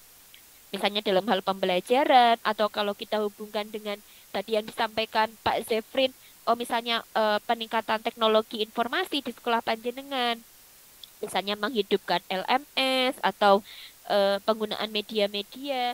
Karena kan kalau yang muda-muda kan biasanya lebih melek teknologi ya. Oh mungkin nanti diminta mengajari temannya membuat Google Form, mengajari membuat Canva, itu kan siapa tahu jadi hal yang menarik. Atau kalau misalnya teman-temannya belum berminat, murid-muridnya Mbak. Anak-anak sekarang itu kan IT-nya juga melebihi gurunya ya biasanya. Nah itu juga bisa jadi sasaran panjenengan untuk menerapkan budaya positif ini. Jadi cukuplah kita awali dari diri kita sendiri dulu. Masalah orang lain bisa menerima atau tidak itu nomor 27, Mbak. Tapi kalau kita belum memulai, kita tidak tahu respon sekitar kita seperti apa. Jadi yang penting kita mulai dulu aja. Oke, kalau dari saya itu, Mbak Iza. Mungkin dari Pak Zefrin, monggo bisa menambahkan, Pak. Baik. Wah, ini menarik ini pertanyaannya Bu Dian ya, dari Mbak Iza gitu. Gini loh, mendapatkan respon positif dari orang lain itu kuncinya adalah ketika kita mendapatkan kepercayaan. Gitu. Kalau orang lain udah percaya dengan apa yang kita lakukan, ya pasti dengan sendirinya akan bisa paham dengan kita. Dan untuk mendapatkan kepercayaan itu, maka kita harus melakukan hal-hal yang bermanfaat atau hal-hal yang positif. Saya punya pengalaman, ya saya kira Budian juga punya pengalaman itu ya, bagaimana menggerakkan suatu komunitas dengan orang-orang yang pro kepada kita itu hanya sedikit gitu. Kalau kita pakai teori kurva normal kan, yang rata-rata 15% ya, 15% yang kiri itu adalah orang yang suka dengan kita gitu, program kita. Kemudian di tengahnya itu 70% yang agak ragu-ragu dengan kita. Kalau 15% di sebelah itu yang memang udah pesimis dengan kita gitu. Tapi konsentrasi kita jangan habis dengan yang 15% atau yang ragu-ragu itu. Itu kan kita capek itu melayani mereka yang tidak mau ikut. Tapi biasanya di satu sekolah itu ada yang 15% yang, wah iya Mbak, ini kayaknya menarik Mbak. Tapi konsentrasi dengan yang 15% itu gitu. Nah, semakin lama semakin menarik, maka yang ragu-ragu tadi itu masuk ke kelompok kita. Itu kalau kita pakai teori kurva normal. Yang kedua, harusnya gitu. Biasanya kalau kita ingin mendapatkan kepercayaan, maka ini yang saya lakukan ya dengan teman-teman guru senior ya. Melihat apa yang mereka butuhkan gitu.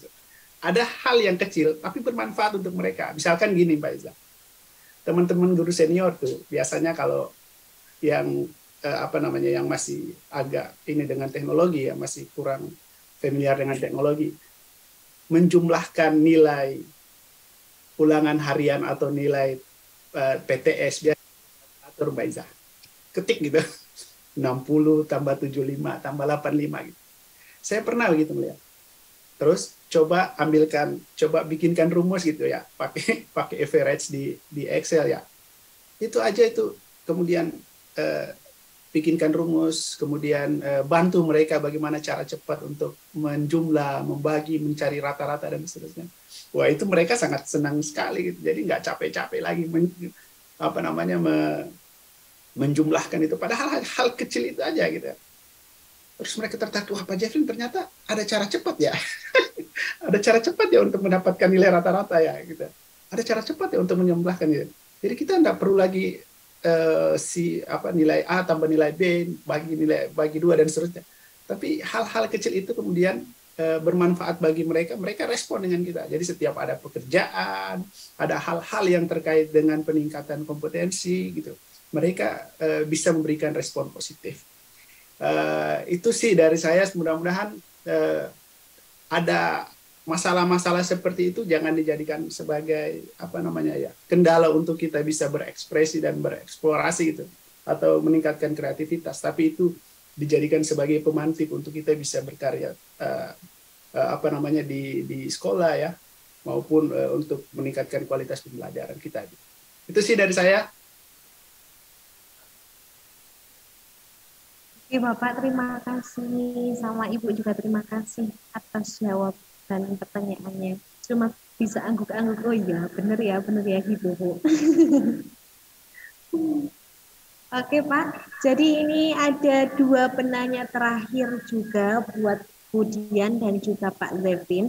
Sebenarnya ini ada 3 penanya, tapi ini kami angkat jadi cuma 2 penanya saja. Dan juga 2 penanya ini nanti akan mendapatkan door prize dari Bapak Dekan dari Fakultas Tarbiyah dan juga Keguruan. Selamat ini. Yang pertama pertanyaannya yaitu dari Mas Fahrudin. Perkenalkan, nama saya Ahmad Farudin dari Prodi PAI. Izin bertanya kepada Bu Dian dan juga Pak Zefrin. Bagaimana untuk mengasah keterampilan dan juga memahami bakat atau kemampuan di tengah adanya kurikulum merdeka? Dan sejauh mana kurikulum merdeka dalam bidang pengembangan potensi dan juga bakat anak? Itu yang pertama. Monggo silakan untuk dijawab dulu. Nanti tak lanjut ke yang selanjutnya. Akan kami acak lagi. Siapa dulu nih Pak Zefrin? Ya, silakan Bu Dian. Oh. Oke. Kalau untuk mengasah potensi atau bakat anak ya Mbak, sebenarnya kita mau di dalam kurikulum merdeka atau di kurikulum sebelumnya itu sama aja sih sebenarnya ya. Sebenarnya kurikulum itu kan hanya sebuah kemasan ya, tapi kan praktiknya tetap tekniknya ada di kita begitu. Kalau untuk potensi anak sih kita sudah tahu ya bahwa di dalam sekolah itu ada yang namanya kegiatan intrakurikuler dan ekstrakurikuler begitu. Jadi kalau potensi itu ya kalau kita ranahnya sekolah ya diasahnya dari itu, dari kegiatan intra dan ekstra. Jadi memang di sini kepekaan kita sebagai guru itu memang diuji ya di sini. Kita sebagai guru benar-benar harus peka. Mana anak kita yang punya bakat khusus atau sebaliknya, mana murid kita yang punya kelemahan khusus misalnya di sini. Atau misalnya bahkan misalnya ada yang difabel begitu. Nah, di sini dalam mengasahnya ya kalau ekstra kan berarti ada bimbingan ya di dalam ekstra itu ya atau bisa juga memang kalau misalnya mendekati lomba ya kita berikan tambahan khusus untuk anak-anak ini tetapi di sini kita tidak itu saja perlu juga komunikasi yang efektif antara orang tua dan sekolah karena dengan komunikasi itu kita jadi tahu misalnya ada anak anggaplah namanya Sari begitu. Sari itu punya bakat menggambar berdasarkan pengamatan guru. Di sekolah, guru bisa membantu bakat Sari yang menggambar ini melalui ekstrakurikuler dan melalui bimbingan. Nah, siapa tahu dengan komunikasi dengan orang tua, oh ternyata orang tuanya mampu gitu. Ternyata Sari bisa dimasukkan juga di misalnya di apa ya, Padles menggambar atau mungkin masuk ke komunitas gambar. Tapi misalnya oh ternyata Sari itu dari keluarga yang non sewu, misalnya kurang mampu. Berarti di sini dia kan tidak mendapat penanganan khusus ya dari orang tua ya. Orang tua kan bisanya misalnya memberikan motivasi untuk terus berlatih, tapi secara fasilitas terbatas. Berarti di sini Sari juga butuh pendampingan khusus dari guru dan perlu juga dikuatkan. Misalnya, ayo dengan apa yang kamu miliki saat ini, kamu itu bisa berkembang lebih. Tidak harus kok, misalnya harus ikut misalnya komunitas di luar, tidak harus juga misalnya ikut les di luar. Tapi ketika nih kamu berlatih sungguh-sungguh, misalnya nanti kamu ikut lomba menang, nah nanti bisa nih hadiahnya untuk kamu misalnya membeli alat-alat gambar yang lebih baik lagi. Bisa juga itu satu apresiasi yang diberikan dari sekolah untuk si Sari ini. Jadi memang kalau terkait pengembangan bakat itu kita sekolah juga terbatas ya. Kita nggak punya kewenangan lebih karena tetap sekolah itu yang namanya tripartit pendidikan, sekolah, masyarakat, orang tua itu harus menyatu di sini. Kita nggak bisa sendiri. Karena gampangannya gini ya Mbak ya, Sari ini anak orang gitu kan, anak orang di luar gitu kan, yang terkadang ketika sekolah mau memberikan treatment ke anak pun harus melalui persetujuan orang tua. Oke, kalau dari saya itu Mbak Iza, nanti bisa ditambahkan Pak Zefrin. Monggo Pak Zefrin. Ya, terima kasih. Sebelumnya mohon maaf ini Bapak Zefri. Tadi pertanyaan pertama sudah dijawab oleh Bu Dian. Nah, jika diizinkan ini untuk yang kedua Pak Jeffrey gitu ya. Ya, Pertanyaan baik. yang kedua, ya. Jadi beda pertanyaan dari yang tadi. Yang kedua ini dari Azahra. Izin bertanya, bagaimana cara mendidik siswa atau anak dengan benar jika tidak disarankan untuk memberi reward serta hukuman, pendekatan apa yang harus dilakukan guru? Oh ini tadi, oh ini buat Budian. Berarti yang ini Pak, izin untuk bertanya kepada Ibu dan juga Pak Zafin, bagaimana cara efektif sebagai calon pendidik menangani siswa yang mengalami permasalahan seperti broken home? Menangani problematika broken home, seperti itu Pak. Monggo untuk dijawab. Oke, baik. eh, saya di awal aja ya mau tambahkan dulu sebelum ke pertanyaan kedua ini.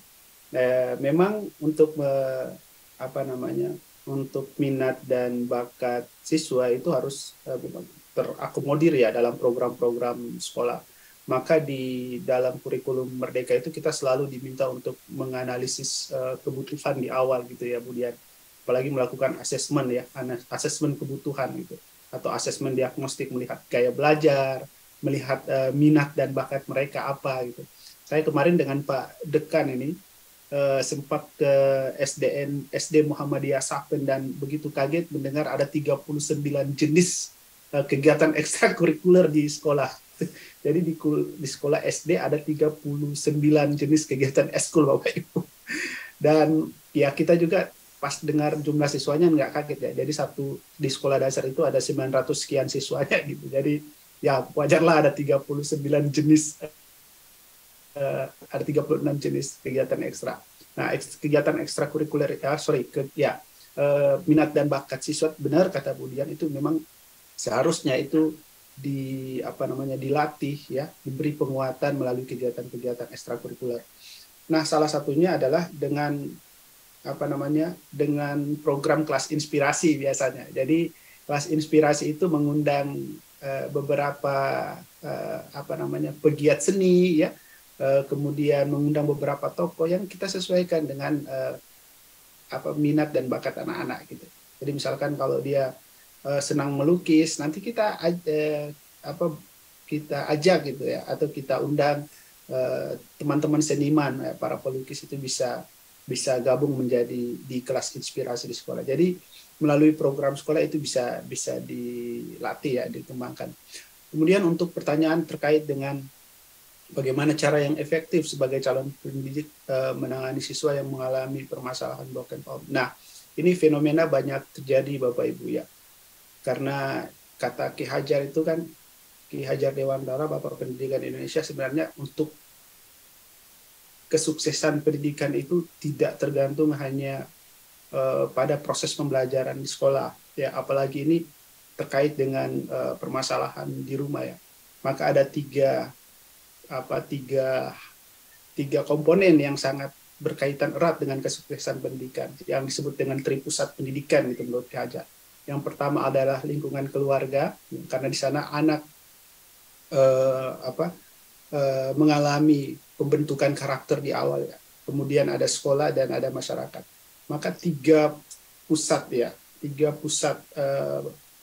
pendidikan ini menjadi penting bagi mengatasi permasalahan-permasalahan anak gitu. Nah, untuk sekolah atau guru biasanya itu melakukan atau melaksanakan membangun komunikasi dengan orang tua gitu. Komunikasi itu biasanya dilakukan untuk melihat apa sih sebenarnya permasalahan gitu. Kemudian apa sih sebenarnya tantangan yang dihadapi oleh anak.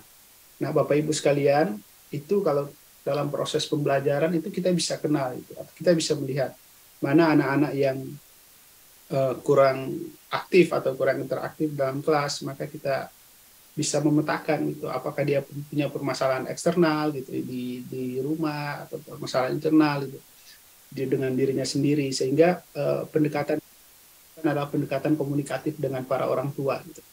Nah, selain tadi dengan orang tua, maka pendekatannya juga dengan masyarakat sekitar gitu. Bagaimana menanamkan nilai-nilai karakter dengan budaya masyarakat yang baik, sehingga tripusat pendidikan ini bisa berlangsung dengan baik, pendidikannya, pembelajarannya bisa berlangsung dengan baik. Itu sih. Jadi kalau sekolah itu dan gurunya harus membangun komunikasi efektif dengan orang tua. Nah, cuman memang fenomena sekarang ya, Mbak Iza, fenomena sekarang itu kalau kita lihat sekolah-sekolah itu, orang tua datang ke sekolah hanya saat penerimaan lapor pendidikan gitu kan. Itu yang menjadi masalah. Sehingganya penting bagi guru, bagi pihak sekolah untuk menjadikan sarana komunikasi orang tua itu untuk lebih intens gitu, untuk melihat apa permasalahan, kemudian apa tantangan-tantangan yang dihadapi, sehingga komunikasi antara guru dan orang tua itu bisa berdampak pada proses pembelajaran anak menjadi lebih baik. Itu sih menurut saya, nanti ditambahkan oleh Bu Dian. Oke, terima kasih Pak Jeffrey. Itu pertanyaannya tadi dari Farah Febi. Dan ini ada pertanyaan terakhir untuk Budian. Bagaimana cara mendidik siswa atau anak dengan benar jika tidak disarankan untuk memberi reward serta hukuman? Pendekatan apa yang harus dilakukan guru? Terima kasih, Bu. Dari Azahra. Terima kasih ya Mbak. Berarti ini pertanyaan yang di chat ya yang kedua ya. Oke. Begini Mbak, memang kita tidak diharapkan memberikan hukuman atau reward begitu ya ke anak ya. Karena secara teori reward itu memang memotivasi anak untuk lebih baik, tetapi eksternal begitu, dari luar. Nah, yang diharapkan adalah kita itu bisa dari dalam ya, dari dalam bisa memotivasi anak ini jadi lebih baik lagi, jadi lebih termotivasi lagi. Misalnya begini, bisa nggak seorang guru mengganti istilah reward atau hadiah dengan kata apresiasi gitu. Jadi misalnya ada seorang anak yang berhasil, kalaupun kita ingin memberikan sebuah reward, cukuplah dengan pujian, misalnya dengan tepuk tangan, atau dengan ucapan selamat gitu. Kayak misalnya ya, ini yang saat ini saya praktekkan itu di sekolah saya. Misalnya kami membuat kegiatan kayak perlombaan begitu ya, kayak perlombaan di misalnya kegiatan Maulid Nabi. Nah, kalau dulu kan misalnya lomba-lomba menang arahnya hadiahnya benda ya, Mbak ya. Ya, hadiahnya benda, hadiahnya misalnya buku atau apa.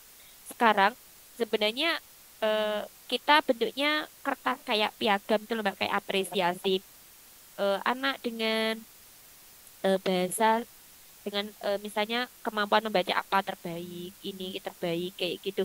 Tapi tidak ada misalnya juara satu dua tiganya nggak ada.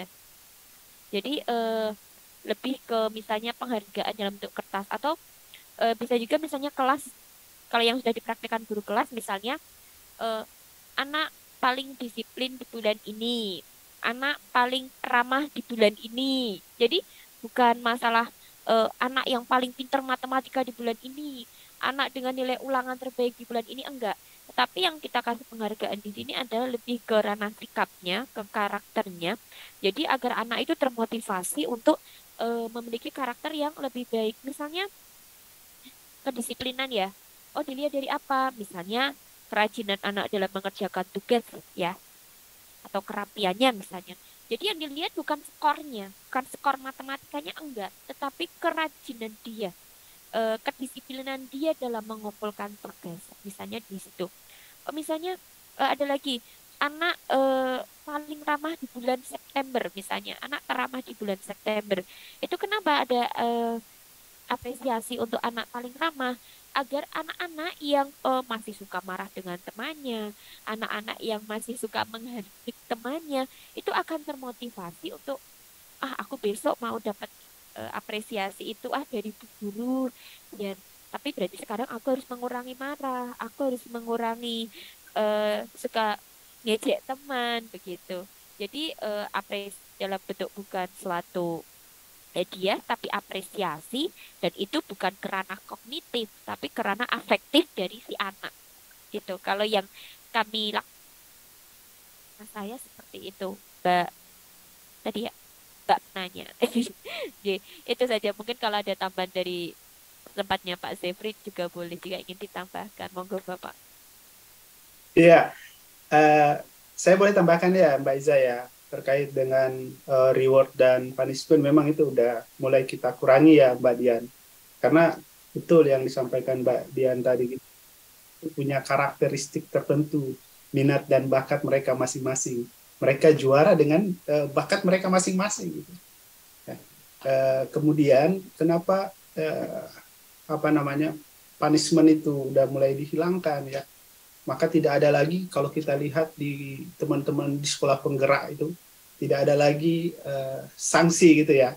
Tidak ada lagi sanksi ketika tidak melakukan ini, atau datang terlambat, sanksinya ini nggak ada. Jadi seluruh tata tertib kelas itu diganti dengan keyakinan kelas tadi gitu. Kenapa ada keyakinan kelas? Karena itu ingin memberikan dampak melalui tadi motivasi intrinsiknya gitu ya Bu Dian, terkait dengan bagaimana siswa sesuai dengan tergerak dari motivasi intrinsiknya, tidak tergerak dari motivasi eksternalnya. Kenapa ekstrinsik kita mulai kurangi? Karena teorinya penguatan ekstrinsik itu memang baik dilakukan, cepat biasanya kita lihat dampaknya, tapi cepat juga hilang gitu. Mereka akan melakukan segala sesuatunya itu ketika ada motivasi eksternalnya gitu. Kalau motivasi eksternalnya yang dominan, maka mereka akan membuang sampah hanya di sekolah saja gitu. Ketika di rumah mereka tidak membuang sampah karena motivasinya hanya takut dikenai sanksi gitu di sekolah gitu kan. Tapi kalau motivasi intrinsiknya lebih dominan, maka itu ada dalam diri mereka. Dimanapun mereka berada, mereka tidak akan membuang sampah sembarang, dan itu akan berlangsung lama gitu. Nah itu sih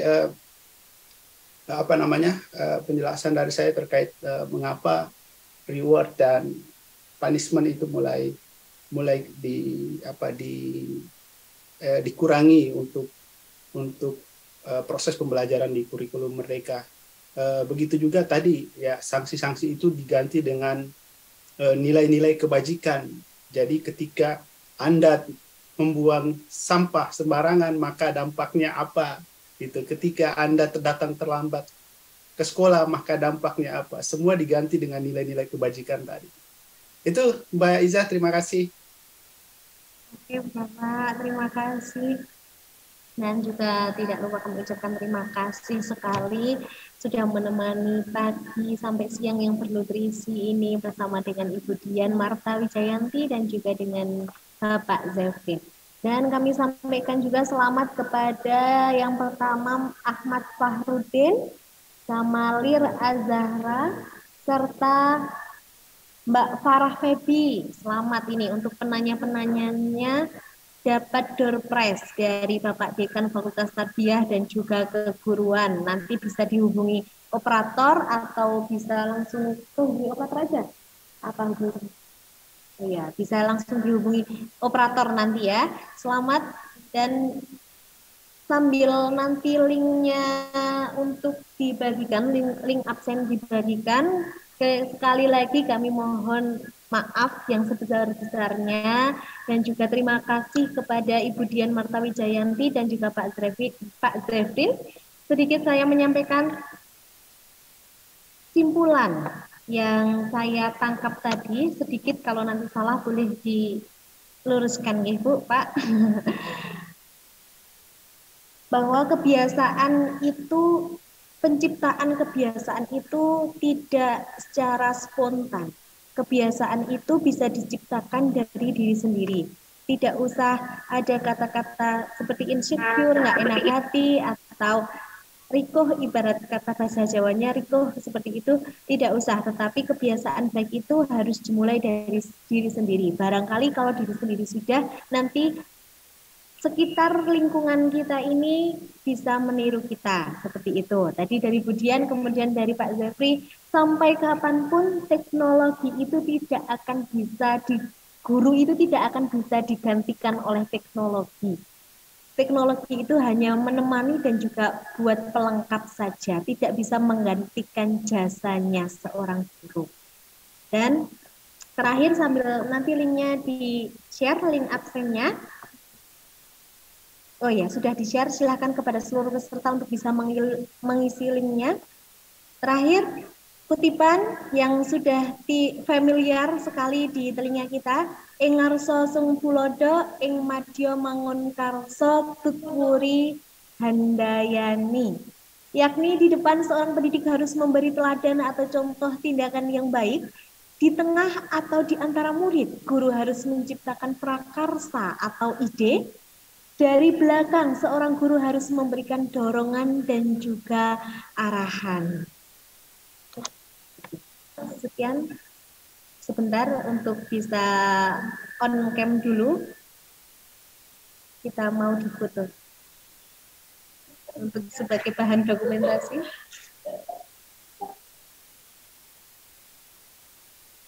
Pada seluruh peserta untuk bisa on cam dahulu.